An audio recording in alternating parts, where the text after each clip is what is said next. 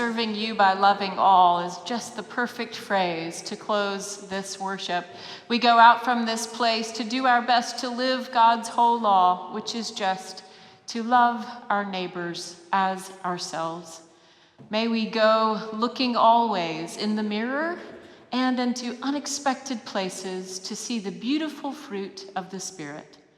And friends, as we go, may the love of our Lord, God who created us, Jesus Christ who saved us, and the Spirit who empowers us go with us. Amen.